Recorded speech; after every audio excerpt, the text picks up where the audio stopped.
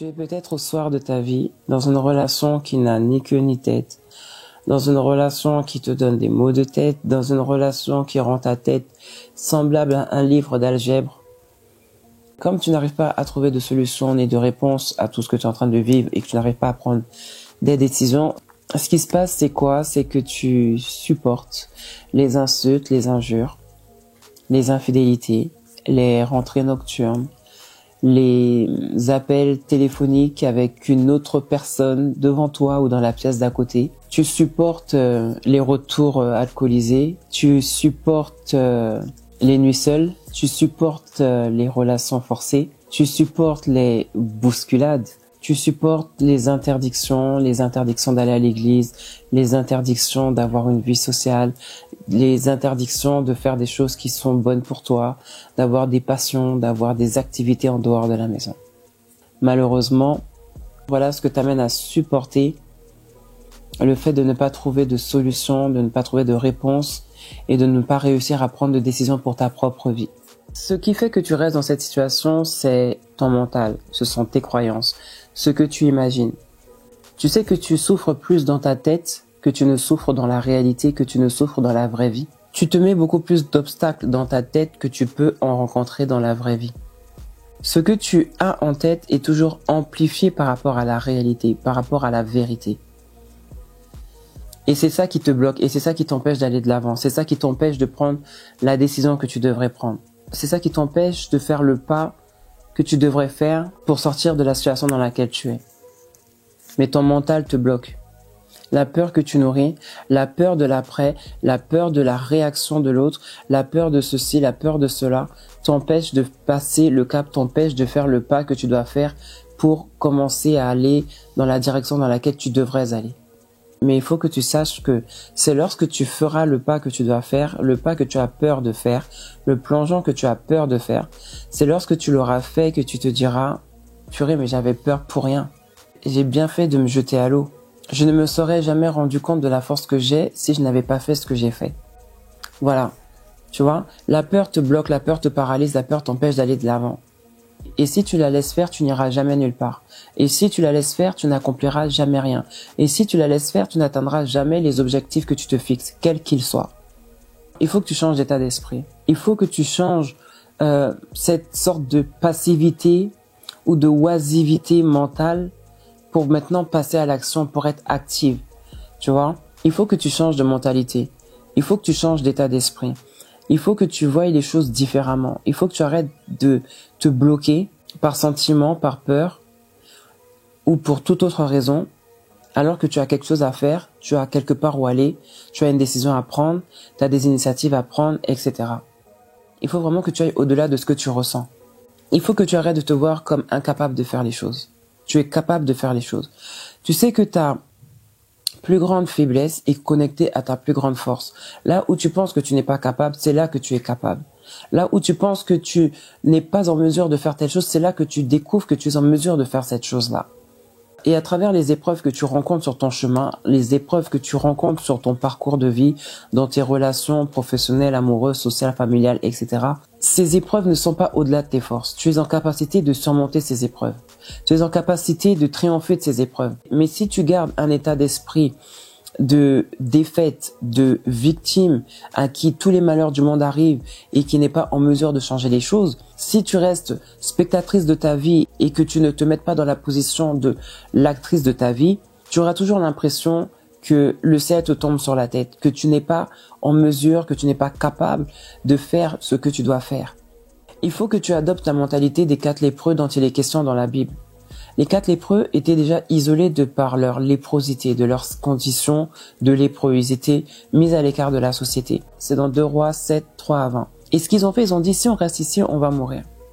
Mais si on se livre entre les mains de tel peuple, on a le choix. Soit ils vont nous tuer, ou soit ils vont nous laisser vivre. Finalement, quand ils ont pris la décision de se lever, ce qui s'est passé, c'est que pendant qu'ils y allaient, Dieu a fait entendre leurs pas comme étant le bruit d'une grande armée avec des chars et des chevaux. Et ça veut dire que le peuple qui était là-bas a pris la fuite en se disant « Ouh, là ce sont nos ennemis qui arrivent pour mettre fin à notre vie, pour prendre le dessus sur nous. » Et ils ont fui, et ils ont tout laissé en plan. Et ce qui s'est passé, c'est que quand les lépreux sont arrivés là où ils devaient arriver, il y avait plus personne, ils avaient tous fui. Et ils avaient à manger, ils avaient à boire et ils avaient également des vêtements. Ça veut dire que s'ils n'avaient pas pris la décision de se dire « allons-y au culot », de toutes les manières, ici on va mourir. Donc si on meurt là-bas, en fait, la faim qu'on aurait réussi, on l'aura juste là-bas. Ils n'ont pas eu cette faim-là, ils ont trouvé de quoi se nourrir, de quoi boire et de quoi se vêtir. Te jeter dans l'inconnu ne va pas être une fin pour toi, mais ça va être le nouveau départ de ta vie. C'est là que tu vas voir des portes s'ouvrir. C'est là que tu vas voir des choses t'arriver que tu ne pensais pas voir arriver dans ta vie. C'est là que tu vas avoir des choses que tu ne pensais pas pouvoir avoir dans ta vie. Ne sois pas dans cette position de victimisation et d'auto-victimisation. Quand je parle de victimisation, c'est la situation dans laquelle tu es. Tu subis de l'injustice, tu subis de la trahison, tu subis des choses négatives, tu es victime de mauvais traitements, tu es victime de violence conjugale, d'accord? Et quand je parle d'auto-victimisation, c'est je ne peux pas faire ci, je ne suis pas en mesure, je n'ai pas les moyens. En fait, avoir toutes les raisons pour ne pas faire des choses que tu devrais faire pour ton émancipation, pour ta libération. Voilà. Donc, sors de cet état d'esprit, sors de cette mentalité restrictive qui te limite. D'accord? Ta victoire, elle est de l'autre côté. Il faut que tu passes de l'autre côté. Il y aura des tempêtes, il y aura des tumultes, il y aura des troubles, il y aura des moments de force, il y aura des moments de faiblesse, il y aura des moments de progression, il y aura des moments de régression, mais tu dois aller de l'autre côté. Ta victoire est de l'autre côté. Ta victoire, elle est dans le fait de traverser. Tu arriveras de l'autre côté, tu arriveras à l'autre bord, mais il faut que tu fasses le pas de traverser et non de donner toutes les raisons possibles pour ne pas avancer. Parce que si tu ne veux pas avancer, ça veut dire aussi que tu n'as pas particulièrement de foi. Si tu as la foi et que tu sais que tu dois faire quelque chose, fais-le.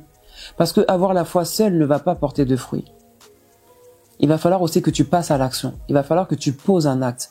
Il va falloir que tu fasses le premier pas. Et c'est là que le chemin va s'ouvrir. C'est là que le chemin va se créer. C'est là que le brouillard va se dissiper.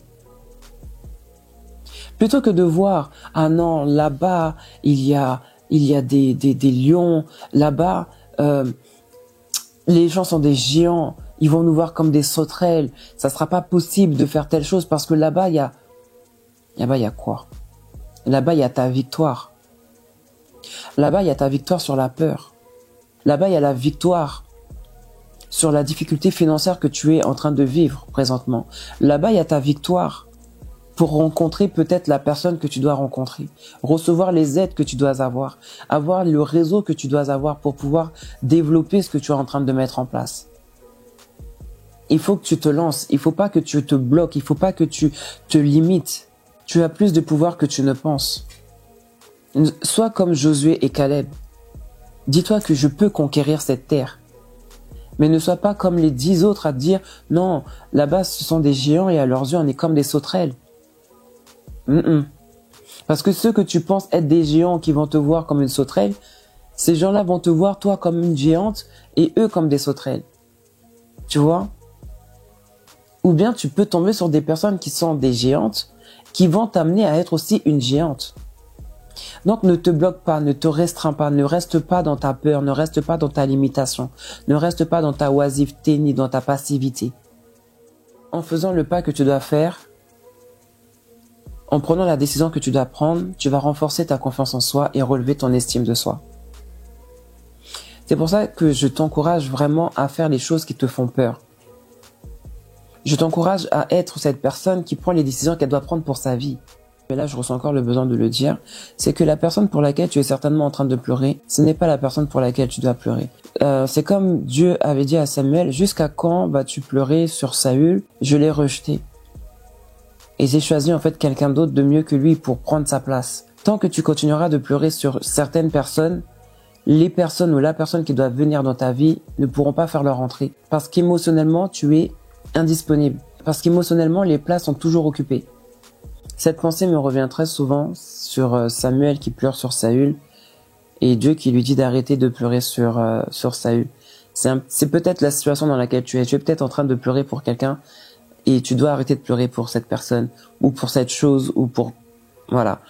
Il y a des choses pour lesquelles tu pleures, il faut que tu arrêtes de pleurer. Si tu veux vraiment voir la gloire de Dieu dans ta vie, il y a des choses que tu dois arrêter, il y a des choses que tu dois lâcher, il y a des libertés que tu dois rendre aux personnes que tu gardes dans ton cœur. Que ce soit à travers le non-pardon ou que ce soit à travers les sentiments amoureux, il y a certainement une personne que tu gardes dans ton cœur, que tu dois relâcher, que tu dois libérer pour voir la gloire de Dieu, pour voir ce qui te revient arriver dans ta vie.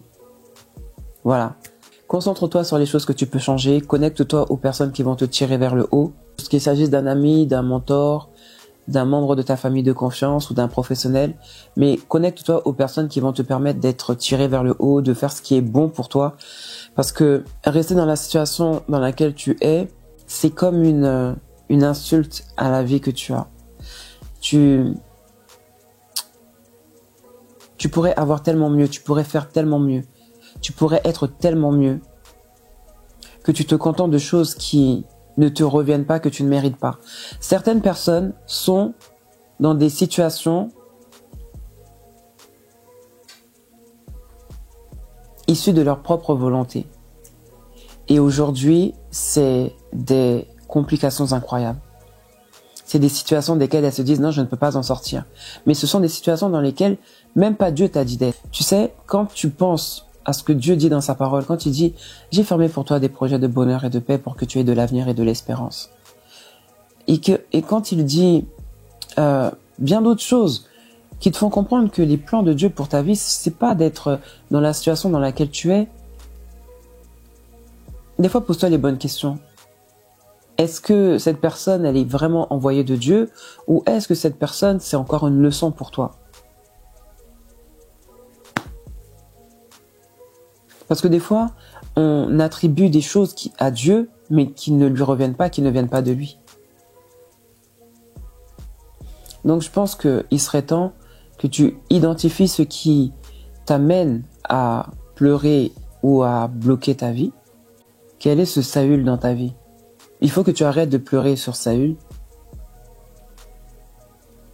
Et il faut que tu jettes Jonas hors de ta barque. Voilà, je vais le dire juste comme ça. Il faut que tu arrêtes de pleurer sur Saül parce qu'il y a quelqu'un de mieux qui doit prendre sa place. Et par rapport à certains tumultes et certaines agitations dans ta vie, il faut que tu prennes la décision de sortir le Jonas de ta vie. Pour l'instant, ce ne sont que des pertes matérielles. Mais ne permets pas à ce qu'il puisse y avoir d'autres pertes encore plus graves. Donc, tu peux sortir de cette situation. Vas-y au culot. Renseigne-toi, fais les choses qu'il faut faire en amont pour bien les faire, mais ne reste pas là où tu ne devrais pas rester. Et je pense que chaque personne le sait au fond d'elle, ce qu'elle a à faire. Vous-même savez quoi faire. Vous-même savez que là où vous êtes, et vous le dites avec vos propres mots, je ne veux plus, je ne veux pas rester avec lui. J'en ai marre de cette situation. Quand on en a marre, il faut savoir faire les choses pour ne plus en avoir marre. Si on se laisse guider par les sentiments, on aura du mal à laisser place à la raison. Il faut savoir choisir ce qui est bon pour soi. Il faut des fois savoir reconnaître qu'on a fait un mauvais choix. Parce que si tu vis des violences de toutes sortes, comme j'ai parlé au début de la vidéo, ce que tu subis, ce que tu supportes, et certainement au-delà, ne pense pas que le Dieu que tu pries se réjouisse de la situation dans laquelle tu es. Et il y a la volonté permissive, Dieu permet, tu as fait ton choix, il respecte puisque chacun a le libre arbitre, mais il y a la volonté parfaite. Est-ce que là où tu as mis les pieds, est-ce que la personne avec laquelle tu partages ta vie, c'est la volonté parfaite de Dieu?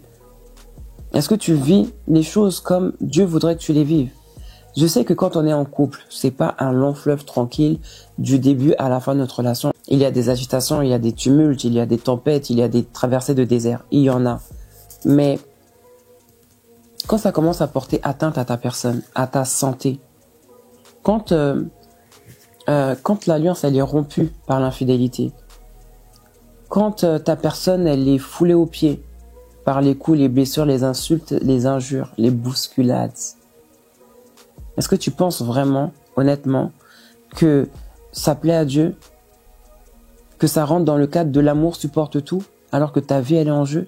Bon bref, tout ça pour dire que tu peux encore prendre les rênes de ta vie en main. Tu peux encore prendre conscience des choses dont tu n'as pas encore pris conscience. Et tu peux aussi poser les actes que tu dois poser en alignement avec ceux dont tu auras pris conscience. Et faire des choix qui vont être en alignement avec tes valeurs profondes et tes ambitions. C'est très important que tu deviennes actrice de ta vie et non spectatrice. Que tu sois comme une personne qui est démunie. Tu as la capacité de changer les choses. Les choses ne changeront autour de toi que lorsque les choses changeront en toi. Voilà. Tupac a dit, un frère n'est pas toujours un frère. Et là, j'ai envie de te dire, des fois, il y a certains partenaires qui n'en sont pas vraiment. Si tu as besoin, j'ai des e-books qui peuvent t'aider dans la marche dans laquelle tu es, notamment de partir en toute sécurité, de savoir poser des objectifs et de les atteindre, dire au revoir à l'ancienne toi, devenir une personne organisée, prendre ou reprendre confiance en toi. Tous les liens de mes e-books sont dans la boîte de description, donc n'hésite pas à y faire un tour et à voir ce qui pourrait t'intéresser pour t'accompagner dans ta marche. Voilà, c'est tout pour moi. Je te laisse avec ça sur ce. Bon courage. Mouah.